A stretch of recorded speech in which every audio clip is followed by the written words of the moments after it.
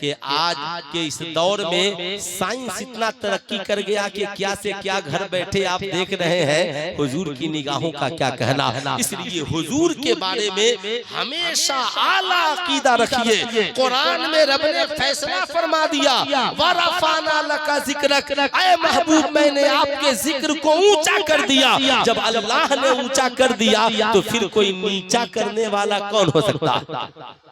कोई हो सकता है?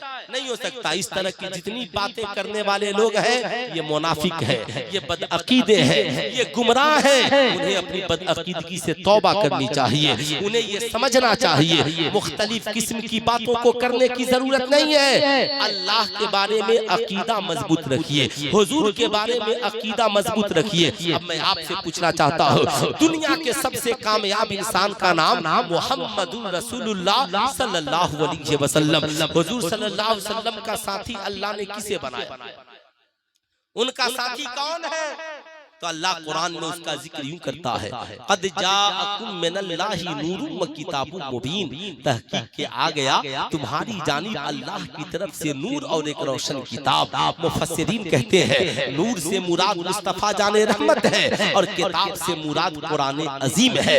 अब याद रखिएगा, यानी नबी का साथी जो बन करके आया वो कुरान बन करके आया है, यानी नबी का साथी किताब है। अब मैं आपसे पूछना चाहता हूँ, नबी का साथी किताब, सहाबा का साथी किताब, ताबई का साथी किताब, तबे ताबई का साथी किताब, औलियाए किराम का साथी किताब। दुनिया में जितने कामयाब लोग हैं, साइंटिस्टों का साथी किताब, डॉक्टरों का साथी किताब, इंजीनियरों का साथी किताब, IPS अफसरान का साथी किताब। मैं आपसे पूछना चाहता हूँ, मेरी कौम के भोले भाले नौजवानों, जब अंबिया से लेकर आज तक सारे कामयाब इंसानों का साथी किताब है, तो तूने अपना साथी मोबाइल फोन को कैसे बना लिया?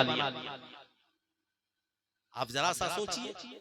इंडिया का टॉपर स्टूडेंटों से इंटरव्यू लिया जा रहा है तो क्या बोलते हैं कि पहले हमने अपने आप को मोबाइल से अलग किया। बोलिए, मैं अगर बोल रहा हूं तो आप सोचे क्या कहा? मैंने अपने आप को मोबाइल से अलग किया और किताब से अपने आप को करीब किया। आप ईमानदारी से बताएं, 10 लाख की बिल्डिंग हमारे पास है और 50,000 की किसी के घर में लाइब्रेरी नहीं है। बोलिए गलत बात बोल रहा हूं?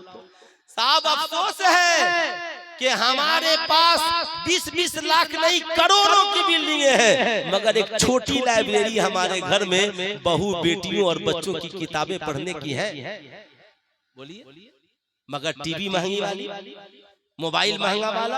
एक घर में 1.5 लाख का मोबाइल है कि नहीं है? अगर सारे मोबाइल को हिसाब कर दिया जाए तो 2.5 लाख का मोबाइल होगा और महीने में साहब 1.5-2 हजार का रिचार्ज होगा। यह और बात है कि 1.5-2 हजार का रिचार्ज कराने के लिए इस कौम के पास पैसा है, मगर मस्जिद के इमाम को तनख्वाह देने के लिए महीने में 300 रुपए की तनख्वाह। बोलिए, 300-350 से नीचे एयरटेल का कोई रिचार्ज भी नहीं है। मगर कोई इमाम ऐसा मिल जाए जो दिल से कोई कहे कि चलिए कम से कम एक रिचार्ज के बराबर भी इमाम साहब को तनख्वाह दे देते हैं। ये 5 वक्त हमारी जिंदगी को चार्ज करते रहते। सोचिए जरा सा। इसलिए मैं आपसे कहना चाहूंगा, दुनिया के हर कामयाब बाबू जगा दो उस बच्चे को, जगा दो। हाँ बेटा जागो, बहुत खटा है ये बच्चा, है ना। अल्लाह ताला इसे कामयाबो कामरान करे। थोड़ी देर मेरी बात सुनो, याद रखना जिंदगी में कामयाबी के लिए आपको ये बात माननी पड़ेगी। मोबाइल से दुनिया, मोबाइल की दुनिया से अपने आप को निकालिए। आप कहेंगे मौलाना कैसे निकले? आज तो छोटे छोटे बच्चे जिन्हें किताब पढ़ने की उम्र थी वो मोबाइल चला रहे हैं, जिन्हें किताब कलम चलाना था वो मोबाइल चला रहे हैं। जिन बच्चों को मैट्रिक की तैयारी के लिए 10 घंटा किताबें पढ़नी थी वो बेचारा 9 घंटा मोबाइल चला रहा है। 1 घंटा माँ बाप के डर से किताब लेकर बैठता है। मैट्रिक में अच्छा नंबर कैसे आएगा? आपने सिर्फ ज़हन बना लिया है मेरे दोस्त कि हमको मैट्रिक करके और मैट्रिक करने के बाद पासपोर्ट बना के विदेश चला जाना है। हमारे यहाँ जलसों में एक नारा लगाया जाता है, मसलके आला हजरत जिंदाबाद। लेकिन आला हजरत का मसलक क्या है आप ये जरा सा समझिएगा। मसलक कहते हैं तरीके को, और आला हजरत तो आला हजरत ही है। आला हजरत ने मुसलमानों को पैगाम दिया, कहा सुनो याद रखो, तुम हमारी कौम के जो बच्चे तालीम हासिल कर रहे हैं उनकी तालीमी सलाहियतों की जांच की जाए, फिर ये पता लगाया जाए वो बच्चे क्या बनने के लायक है। अगर दीनी पढ़ाई पढ़ते हैं तो आलिम बनने के लायक है, हाफिज बनने के लायक है, मौलाना बनने के लायक है, मुफ्ती बनने के लायक है, मुफस्सिर मुहद्दिस बनने के लायक है, या दौरे जदीद में कह लीजिए कि अगर दुनियावी तालीम हासिल कर रहे हैं तो डॉक्टर बनने के लायक है, इंजीनियर बनने के लायक है, प्रोफेसर बनने के लायक है, जज बनने के लायक है, IPS अफसर बनने के लायक है, वकील बनने के लायक है। हमारे बुजुर्गों ने कहा जो बनने के लायक है मुनासिब पैसा खर्च करके उन्हें बना दिया। क्या कहा? मुनासिब पैसा खर्च करके उन्हें बना दिया जाए। यही वजह है आला हजरत ने लिखा मजार शरीफ पर एक चादर चढ़ाओ। कितनी चादर? एक, ताकि पता चले ये अल्लाह के वली की कब्र है। कहा बाकी चादरों को क्या किया जाए? कहा बाकी चादरों को बेचकर उन पैसों को अल्लाह के वली के नाम पे गरीबों में खर्च कर दिया जाए। आला हजरत ने लिखा इस अहले सुन्नत वल जमात का मुत्तफिका फैसला है, काबा के अलावा किसी घर का तवाफ करना हराम है, अल्लाह के अलावा किसी को सजदा करना हराम है, औरतों का मजार पर आना हराम है। ये सारी बातें अहले सुन्नत वल जमात का अकीदा है, मगर इसकी आड़ में कोई वलियों की शान में गुस्ताखी करे ये नाजायज है, वलियों पे बुहतान तराशी करे ये नाजायज है, अहले सुन्नत वल जमात का मजाक उड़ाए ये नाजायज है। इसलिए जो लोग हमें कब्र पुजवा कहते हैं उन्हें अपने ईमान अकीदा को जांच करने की जरूरत है। याद रखिएगा अहले सुन्नत वल जमात का ये फैसला नहीं है कि कोई कब्र पे सजदा करे। अगर कोई कब्र पे सजदा कर रहा है तो ये हराम है, ये गुनाह है। इसलिए याद रखिए, मैं ये अर्ज कर रहा था आला हजरत ने लिखा। अब मैं आपसे पूछना चाहता हूँ आज कितने लोग अपनी कौम के बच्चों की तालीमी सलाहियतों की जांच कराते हैं? हमारे यहाँ इतने बच्चे इस साल मैट्रिक किए, इंटर किए, उसमें एक से एक बच्चे थे। पढ़ते तो IPS अफसर बन जाते, पढ़ते तो डॉक्टर बन सकते थे, पढ़ते तो जज बन सकते थे, मगर गरीबी की वजह से, गरीबी भी तो एक शय है ना, गरीबी की वजह से वो बेचारे बच्चे बीच में तालीम छोड़कर पासपोर्ट बनाकर विदेश चले गए। अब आप कहेंगे मौलाना वो चले गए तो हमारा क्या नुकसान हुआ? यही तो समझने की बात है। हम ये समझते हैं फला का बेटा नहीं पढ़ा तो हमारा क्या हुआ। यही बात सुल्तान रजा आपको समझाना चाहता है। मियाँ उसका तो नुकसान मुख्तसर हुआ कि वो नहीं पढ़ा, मुख्तसर पैसा कमा कर विदेश में खट रहा है। हमारा नुकसान ये हुआ हमारी कौम को एक अच्छा IPS अफसर मिल सकता था, नहीं मिल सका। हमारी कौम को एक अच्छा रहबर मिल सकता था, नहीं मिल सका। पढ़ता तो हमारी कौम को एक जज मिल सकता था, नहीं मिल सका। अगर एक IPS अफसर मिल जाता तो हो सकता था हमारी कौम की हिफाजत हो जाती। साहब एक अगर जज मिल जाता हो सकता था हमारी कौम की हिफाजत हो जाती। ऐ लोगों याद रखना ये आला हजरत की दी हुई तालीम है। इसके लिए इस्लाम ने कहा कि इसके लिए हम तुझे अकेला नहीं छोड़ते। इसके लिए इस्लाम ने निज़ामे ज़कात को मजबूत किया। कहा गांव वालों निज़ामे ज़कात को मजबूत करो और ज़कात के पैसे से गरीबों को पढ़ा करके साहब कामयाबी की दहलीज तक पहुंचा दो। यानी तेरा अपना पैसा भी खर्च नहीं हो और अमीर हो तो मिलकर ज़कात की रकम को जमा करो। अब उसकी एक छोटी मिसाल में आपको बताता हूँ। अगर आपकी बस्ती में 200 घर की आबादी है तो 200 घर में अगर 400 औरतें हैं तो इस दौर में कौन औरत होगी जिसके पास 2 लाख 1 लाख का जेवर नहीं होगा। अगर किसी औरत के पास 1 लाख का जेवर है तो साल में 2,500 रुपए ज़कात के बनते हैं। अब आप हिसाब कर लीजिए करोड़ों रुपए एक बस्ती में ज़कात के बनते हैं। अगर 1 करोड़ जमा हो जाए सारे मदरसे वालों को चंदा भी दे दीजिएगा तो भी गाँव के 2-3 बच्चे पढ़कर एक बच्चा आलिम भी बन जाएगा और एक बच्चा हमारा UPSC BPSC की तैयारी भी कर लेगा, नीट की तैयारी भी कर लेगा। हमें याद रखिए इस बस्ती की मौला नगर की हिफाजत के लिए क्या चाहिए। अब वो दौर नहीं रहा कि मौला नगर की हिफाजत के लिए 1000 लाइसेंसी हथियार खरीद के रख लीजिए, क्या फायदा होगा, जब कुछ होगा ले जाकर के धराम से जमा कर दीजिएगा। अब साहब वो दौर नहीं रहा कि ला करके तलवार और तीर खरीद के रखिएगा, कोई फायदा नहीं है, कोई आपको इजाजत नहीं है। करना क्या होगा, इस बस्ती की हिफाजत के लिए गांव में जो बच्चे पढ़ रहे हैं आपको उन पे ध्यान देना होगा। इस साल कितने बच्चों ने मैट्रिक दिया, हमारी बस्ती का किस बच्चे का रिजल्ट अच्छा आया, लिस्ट तैयार कीजिए। ये मत देखिए कि वो गरीब का बच्चा है, बैकवर्ड का है, फॉरवर्ड का है, नहीं, तैयार कीजिए लिस्ट। अब उसमें से बच्चों को चुनिए, क्या बनने के लायक है, जज बनने के लायक है, ठीक है साहब, IPS अफसर बनने के लायक है, ठीक है, डॉक्टर बनने के लायक, ठीक है।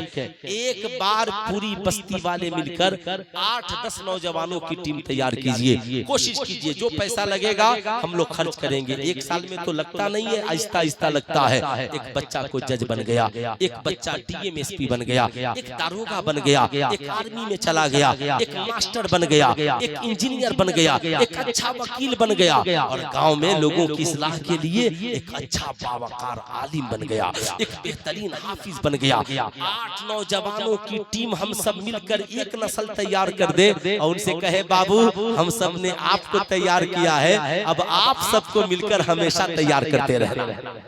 देखिए फिर अब आपकी गांव के तरफ कोई निगाह उठाने से डरेगा, आपके गांव की तरफ कोई उंगली उठाने से डरेगा। साहब आपके गांव के चर्चे रहेंगे, आपके गांव की हिफाजत होती हुई नजर आएगी। पता क्या चला, इंसान की याद रखिएगा, हमारी जिंदगी की कामयाबी के लिए पहली जरूरत ईमान की है, दूसरी अकलियत में रहकर अक्सरियत पे गालिब आना है तो इल्म चाहिए। गांव की हिफाजत के लिए इल्म चाहिए, पढ़े लिखे नौजवानों की टोली की जरूरत है। मेरी कौम के नौजवानों, मैं ये नहीं कहता मोबाइल चलाना हराम है, लेकिन मोबाइल में गलत चीजों को देखना गुनाह है, सही चीजों को देखना ठीक है। मैं आपसे पूछना चाहता हूँ, मोबाइल पे कॉलिंग की जरूरत है, कॉल कीजिए, मोबाइल पे जरूरी SMS की जरूरत है, जरूरी SMS कीजिए, जरूरी व्हाट्सएप की जरूरत है, जरूरी चला लीजिए, जरूरी मेल की जरूरत है, चला लीजिए, फेसबुक की जरूरत नहीं मत चलाइए, इंस्टाग्राम की जरूरत नहीं मत चलाइए। मैं आपसे कहना चाहूंगा मेरी कौम के शहजादों याद रखना,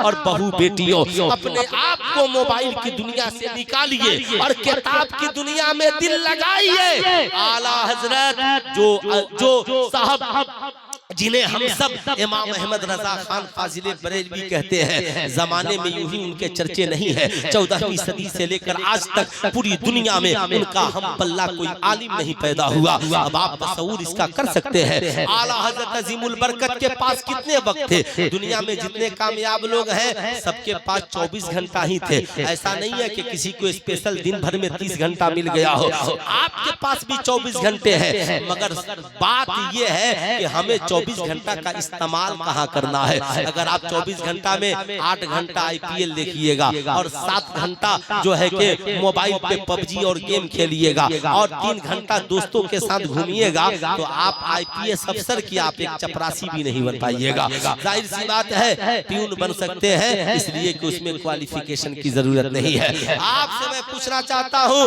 आला हजरत यूं ही आला हजरत नहीं बने, उन्होंने 24 घंटा में 2.5 घंटा आराम किया और 21.5 घंटा काम किया, तब जाकर वो हजरत नहीं हजरतों के हजरत आला हजरत बन गए।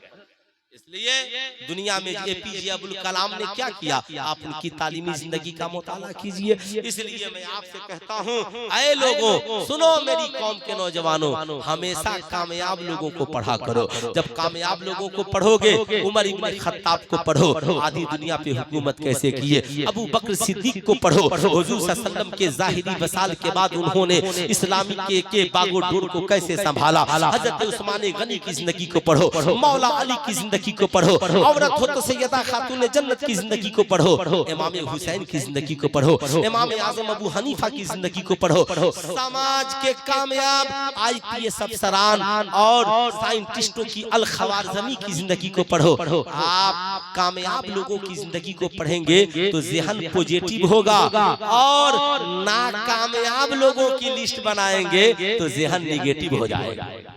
अब आप बिजनेस करने के लिए पहुंच गए तो पहले मार्केट में जाके जायजा लीजिएगा ना। अब आप दो चार ऐसे दुकानदार के पास पहुंच गए जो बिजनेस में जीरो है, तो अब आपको आप मार्केट से निगेटिव होकर चले आएंगे। मगर वैसे बिजनेसमैन के पास पहुंच गए जो कहता ना ना कोई टेंशन नहीं, आइए देख नहीं रहे मेरा कारोबार कितना अच्छा चल रहा है, 1 लाख लगाया था आज करोड़ों का मालिक हूँ। यानी ज़हन को पॉजिटिव रखिए। इसलिए मेरी कौम के शहजादों, आपको हर हाल में इस दौर में जो लड़ाई है वो गोले बम बारूद की लड़ाई नहीं, इल्म के मैदान में उतरकर कलम की लड़ाई है। इसलिए आपको वहां उतरना होगा। अगर आपने वहां पे मेहनत नहीं की तो फिर साहब हमारे मेरे ना आने का फायदा है ना आपको मुझे बुलाने का। इसलिए मैं अपने बिलखुसूस नौजवानों से कहूंगा, अभी आपकी उम्रें काफी है, अभी आप जहां भी हैं, इंटर में हैं, बीए में हैं, आप अभी से ही छोटे छोटे टारगेट पैदा कीजिए। आप देखिए हम कहां पहुंच सकते हैं कामयाबी के साथ। पावर ऑफ एजुकेशन, यानी एजुकेशन भी हो और उसमें पावर भी हो। ये नहीं कि सिर्फ सादा बीए करके बैठ गए, बीएड करके बैठ गए, बल्कि बीए बीएड कर लिए तो बीपीएससी करके कहीं अध्यापक बन गए, है ना साहब। आपने ये किया, अकाउंटेंट की पढ़ाई की तो आप कहीं जाकर सरकारी विभाग में चले गए। यानी आपको कहीं न कहीं इस ताक झांक में रहना है कि हमें मेहनत करके कामयाबी की दहलीज तक पहुंचना है। इसके लिए हमें अपनी जमात को मजबूत करना होगा। और ये जो सारी फालतू की बातें हैं, बेकार की बातें, इसे खत्म कीजिए। अल्लाह के बारे में अकीदा अच्छा रखिए, हुजूर सल्लल्लाहु अलैहि वसल्लम के बारे में अकीदा अच्छा रखिए, वलियों से मोहब्बत रखिए, प्यार रखिए। और ये जितने ढोंगी तावीज वाले बाबा घूम रहे हैं, इनके फितनों से दूर रहिए। याद रखिए, इनके फितनों से दूर रहिए। बगैर पढ़े किसी की तावीज से आप आईपीएस अफसर नहीं बनिएगा, किसी की तावीज से आप मौलाना नहीं बन जाइएगा। अगर बन जाना होता तो फिर क्या कहना था, 14 साल मदरसे में पढ़ने की जरूरत नहीं पड़ती। इसलिए मुझे ताज्जुब होता, 12-12 हजार लेकर के ये ढोंगी लोग घर बांधता फिर काय के लिए घर बनवा रहे हैं। आप किसी अल्लाह के नेक बंदे से दुआ करा लीजिए। ये सारे ठकोसले जिन्होंने अहले सुन्नत वल जमात को बदनाम करके रख दिया है, इसलिए इससे बचिए। ऐसा नहीं है कि बदअकीदों में दुआ ताबीज नहीं होता, उनके यहाँ भी। अभी वो लाल रुमाल वाला कहता है कि पीरी मुरीदी कहाँ लिखा है, तो अब्दुल्ला मुहाजिर मक्की जो देवबंदियों के सबसे बड़े पीर थे वो कौन थे, वो तो मक्के ही में रहते थे। इसलिए ये सारी फालतू की बातें बंद कीजिए। वो भी इत्तेफाक से लाल रुमाल वाला बिहार ही का है, चंपारण। मैं गया था उम्रा करने तो पूरा पता लगाया कि ये आदमी मिलेगा कहाँ, तो लोगों ने बताया कि हजरत तो अभी छुट्टी पर गया है। इसलिए कि हम लोगों को उससे मुनाजरा करना था। हम लोग पूरी टीम के साथ गए थे। इंशाअल्लाह अल्लाह ने जब मौका अता किया और मैं गया तो उससे जरूर तलाश कर मुनाजरा होगा, पीर कहाँ है, मुरीद कहाँ है और कहाँ क्या मामला है। और तुम जो लाल रुमाल बांध कर मस्जिद नबी में लोगों को गुमराह कर रहे, तुम्हारी औकात तो कौड़ी की है। वहाँ पे नाच हो रहा है, शराब खाने खुले, एक भी उसकी वीडियो दिखाइए कि कभी वो बोला हो कि सलमान वहां के प्रिंस ने क्यों शराब खाने खुलवा दी। एक भी उस कमीने की वीडियो आप दिखलाइए। लोगों को हुजूर की बारगाह में जाने से रोकता है, लोगों को हुजूर की बारगाह में सलाम पढ़ने से रोकता है। अरे भाई, सलाम हुजूर पे पढ़ने से क्या रोकेगो? जो जिस दरवाजे से हम दाखिल होते हैं हुजूर की बारगाह में जाने के लिए, उस दरवाजे का नाम क्या है? बाबू सलाम। वहाँ लिखा हुआ क्या नाम है? बाबू सलाम। और हुजूर के रोजे पे कुरान की आयत क्या लिखी है? ला तरफऊ अस्वातकुम फौका सौतिन नबी, तुम अपनी आवाजों को ऊंची मत करो, ये नबी के बारगाह है, वरना तुम्हारे अमाल बर्बाद कर दिए जाएंगे। आज भी वहाँ लिखा हुआ है। तो जब हमारी आवाज हुजूर की आवाज पे ऊंची नहीं हो सकती तो कहाँ गए वो लोग जो कहते हैं कि हम हुजूर की तरह हैं? इसलिए ये सब फालतू की बात है। अरे अल्लाह के नबी ने फरमाया, फौका कुल्लु ज़ी इल्मिन अलीम, हर इल्म वाले के ऊपर एक इल्म वाला है। दिल कर रसूलो फद्दलना बादहुम अला बाद, हमने बाद रसूलों को बाद पर फजीलत दी है। इसलिए जब रसूल रसूल की तरह नहीं, पढ़ा लिखा हर पढ़े लिखे की तरह नहीं, डीएम डीएम है, कलेक्टर कलेक्टर है, एसपी एसपी है, दारोगा दारोगा है ना, प्रधानमंत्री प्रधानमंत्री है, मुख्यमंत्री मुख्यमंत्री है। जब इंसान सब बराबर नहीं है तो फिर उम्मती नबी बराबर कैसे हो सकते हैं? ये सारी फालतू की बातें हैं। आप लोगों को इस सब पर ध्यान नहीं देना है। ईमान मजबूत रखिए, तालीम मजबूत रखिए, और तीसरा अमल मजबूत रखिए, है ना। आज हमारे यहाँ क्या कहा जाता है? इंसान पैसे से अमीर होता। बोलिए, आईपीएल में जितने लोग सट्टा लगाते हैं, इन सब के ज़हन में बात है कि इंसान पैसे से अमीर होता है। जितना लोग लॉटरी खरीदता है, सबके ज़हन में बात है इंसान पैसे से अमीर होता है। जितना लोग ये दलाली करते फिर रहा है, ये सबके ज़हन में बात है इंसान पैसे से अमीर होता है। जबकि हकीकत ये है मेरे भाई, इंसान पैसे से अमीर नहीं होता, इंसान इल्म हुनर से अमीर होता है। अगर एक डीएम अमीर है तो पढ़ लिख कर डीएम पहले बना है, दौलत बाद में आई है। एक इंजीनियर अमीर है तो पढ़ लिख कर इंजीनियर पहले बना है, दौलत बाद में आई है। एक डॉक्टर अमीर है तो पढ़ लिख कर डॉक्टर पहले बना है और दौलत बाद में आई है। एक आलिम अमीर है तो पढ़ लिख कर आलिम पहले बना है और दौलत बाद में आई है। तो आपको अपने बच्चों को भी बचपन से बताना है, बेटा दौलत बाद में चाहिए, पढ़ लिख कर समाज का कामयाब इंसान पहले बनना। बेटा जब तू पढ़ लिख कर कुछ बन जाएगा तो दौलत तेरे कदमों में हर माह आती रहेगी, ईपीएफ की शक्ल में, एनपीएस की शक्ल में, जो है उसके बोनस की शक्ल में। बेटा टेंशन मत ले, महंगाई भत्ता की शक्ल में, पेमेंट की शक्ल में, नजराने की शक्ल में इतनी दौलत आएगी। तू एजुकेशन को बढ़ाता चला जा, तेरे कदमों में दौलत बढ़ती चली जाएगी। बोलिए गलत बोल रहा हूं? ईमानदारी की बात तो यही है। हमारे यहाँ एजुकेशन की कमी की वजह से ही आज नौजवान लड़के लड़कियों की शादियां हो रही हैं और रिश्ते बिगड़ जा रहे हैं। क्यों? इस्लाम में तालीम हासिल करना फर्ज है। निकाह से पहले लड़के के लिए ऊपर फर्ज है तो बीवी का हुकूक पढ़ ले, और लड़की के ऊपर फर्ज है कि वो शौहर का हुकूक पढ़ ले। लेकिन सारी बातें आज हो नहीं पाएंगी, फिर कभी मैं आऊंगा तो होगी। आप भी बहुत लंबा बैठे है ना, रात के 2 बजने वाले हैं, बल्कि रात के अब सुबह के 2 बजे